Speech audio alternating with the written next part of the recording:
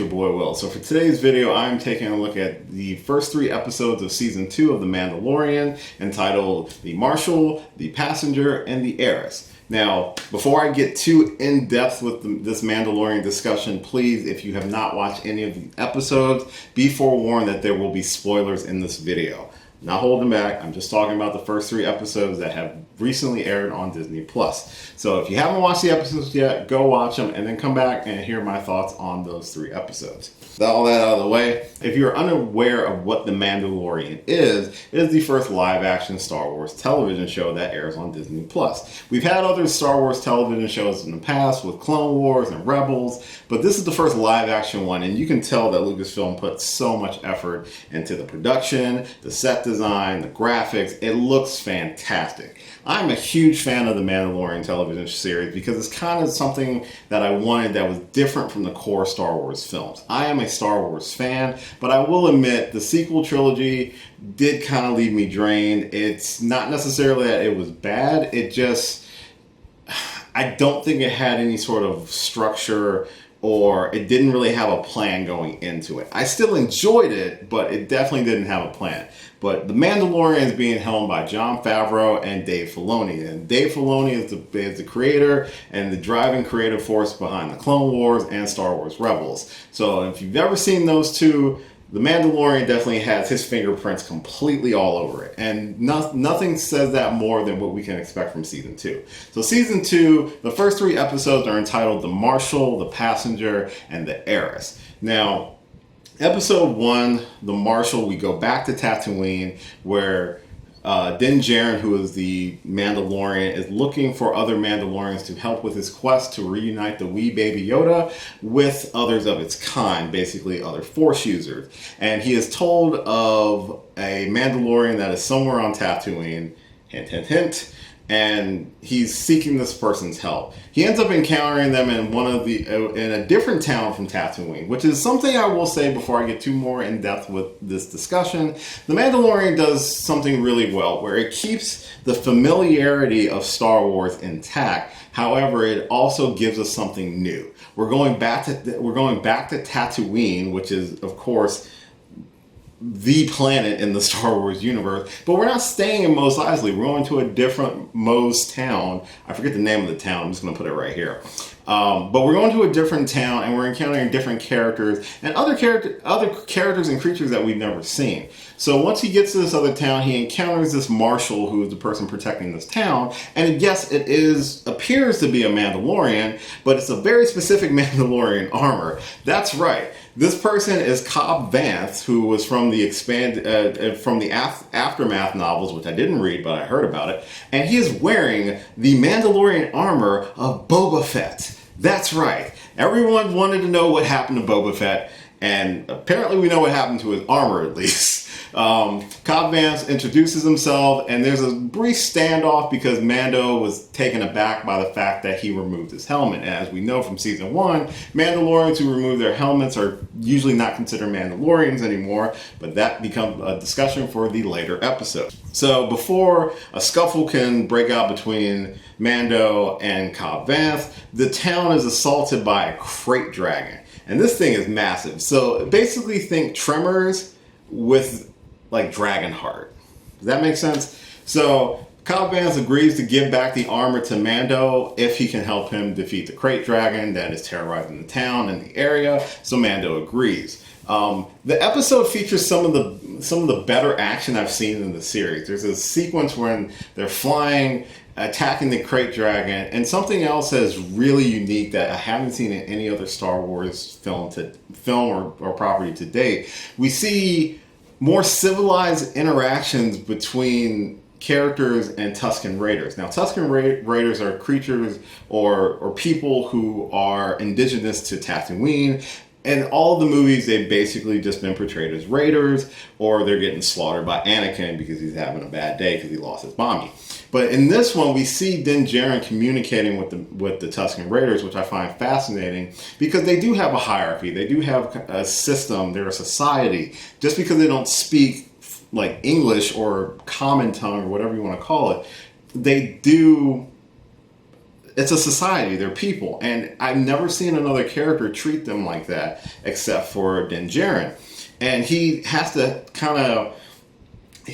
walk a fine line between keeping the townspeople and the Tusken Raiders from going to war with each other, because you have a bigger threat in the Krayt Dragon. Eventually they get everyone to work together, they defeat the Krayt Dragon, and true to his word, Cobb Vanth gives up Boba Fett's armor to Mando, and he speeds off. The biggest kicker of this episode comes in the last few seconds, where we see a mysterious figure staring at Mando as he's driving along in the speeder across Tatooine, and it's none other than I forget his name, the actor who portrayed Jango Fett and all of the clone troopers in Star Wars: The Clone Wars. He is obviously going to be Boba Fett, because Boba Fett was a clone of Jango Fett, and we see that Boba Fett is alive and well on Tatooine. So the biggest mystery, what happened to Boba Fett when he fell into the Sarlacc pit? Apparently got out. Lost his armor, but he's still alive.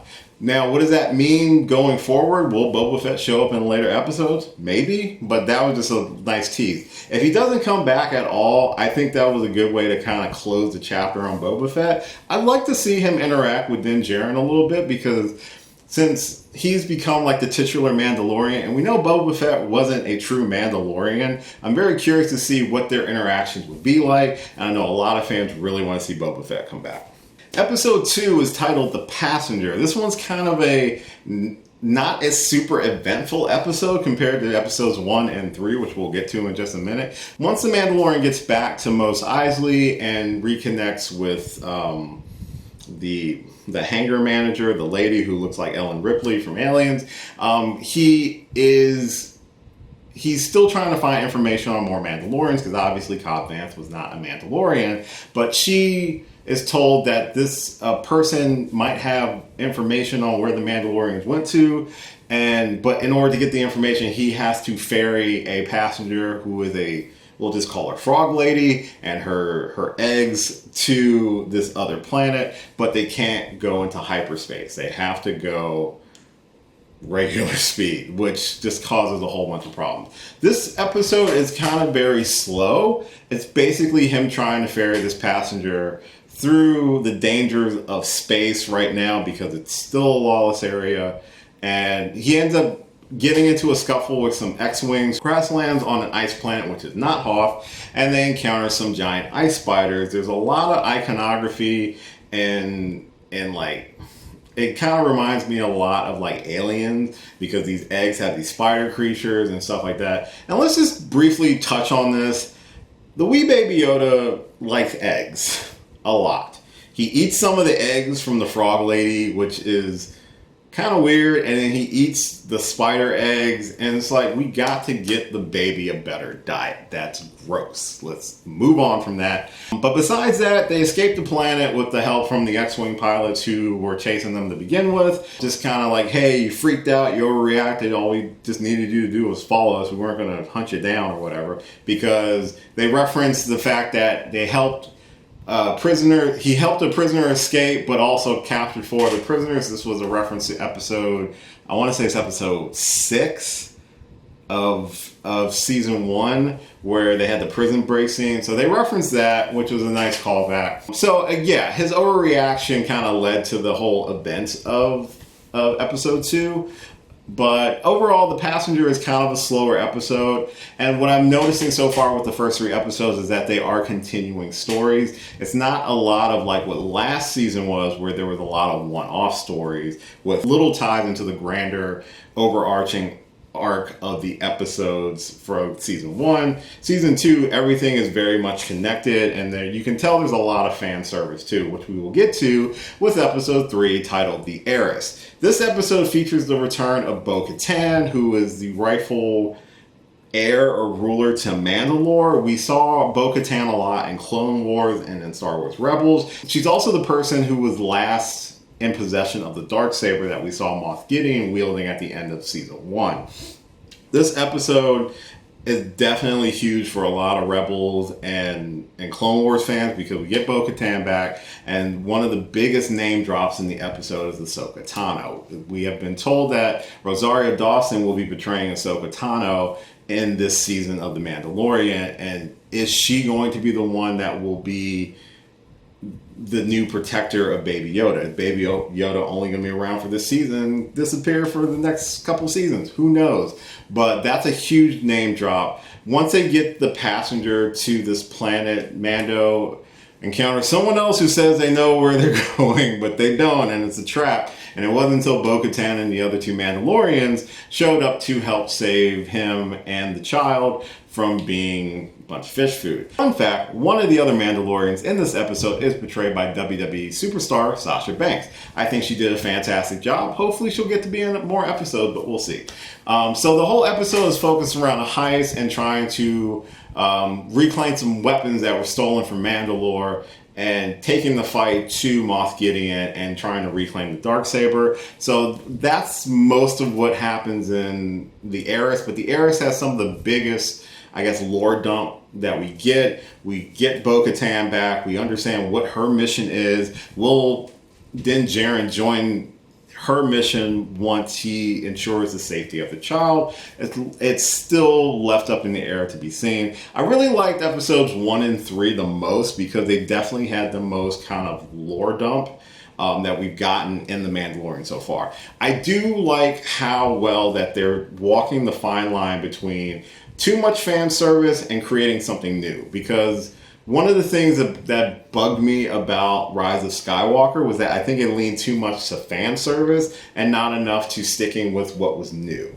sticking with what they created. With the Mandalorian, and I think this is a real big testament to Jon Favreau and Dave Filoni and Kathleen Kennedy. They've used a lot of different directors for each episode. You have Bryce Dallas Howard, who directed episode 3, which I think is the best episode of the season so far. You had Rick Famuyiwa, sorry, I probably butchered his name. He directed 2 episodes of season 1. They had Taika Waititi direct 2 episodes of season 1. And a lot of great creators, and they can all tell different but cohesive stories together. And when I see stuff like that, it makes me feel disappointed in what the sequel trilogy could have been, because they had different directors directing everything as well. But I think they were nervous to take risks like how I feel The Mandalorian does. And season 2 is a testament to how you can continue with something new, continue to introduce new planets,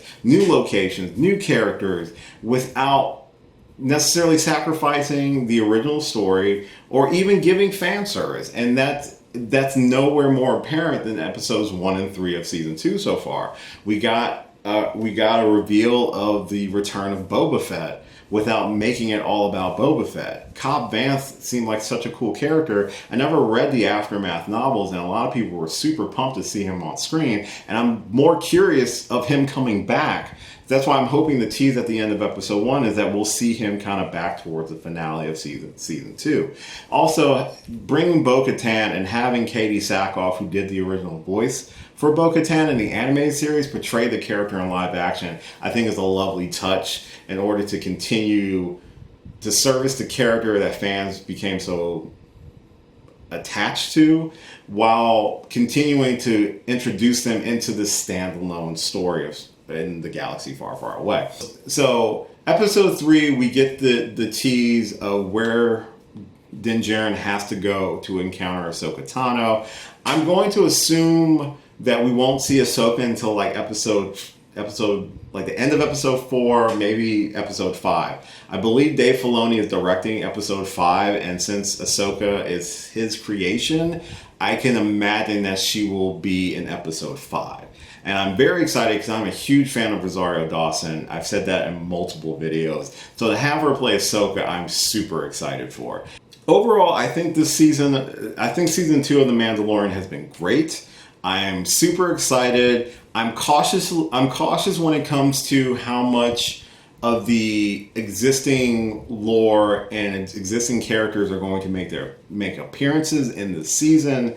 Only because I think season 1 was so well done by introducing so many new characters without having to go to the well to rely on classic characters. Whereas season 2, within the first 3 episodes, we've got Boba Fett, we've got Bo-Katan, and we've got an Ahsoka Tano name drop. I'm just, as long as those are the big ones, cool. And if you want to get more obscure stuff like the Crate Dragon or the Ice Spiders, that's cool as well. I just want them to continue to flesh out more of what makes a galaxy far, far away so unique and different.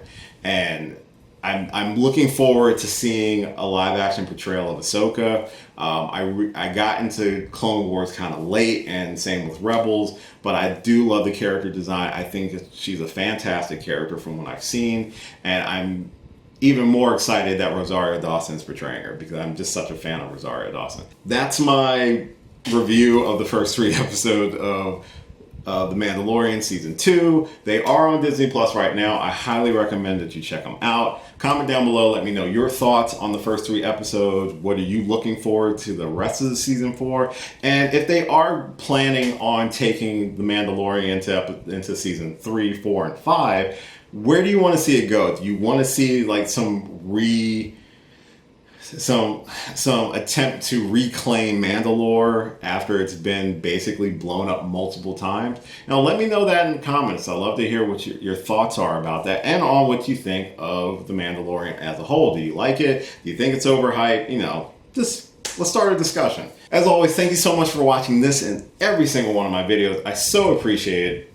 Every person that watches any of my videos, it really means a lot to me. I just kind of do this for fun and in my free time, just to expand my knowledge of creating and that sort of thing, and just to show off my geekiness. And I love doing that sort of thing. You can follow me on all the social medias listed at the end of the video. Like, share, subscribe, all that fun stuff. Subscribe to the channel, share it with your friends, whole 9 yards. I got tons of videos on the channel. I got plans to do a lot of different stuff. I'm almost at 200 subscribers. As soon as I get to 200, it's on to 300.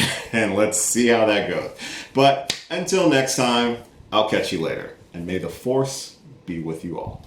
Hey, thanks for watching this video. If you did like this video, why not give me a thumbs up and share it with your friends? You can subscribe to the channel by clicking on my gorgeous little face right over there. You can follow me on all the various social media platforms right below. And last but certainly not least, if you've got a few extra minutes, why not check out one of the lovely videos floating right over here. Later.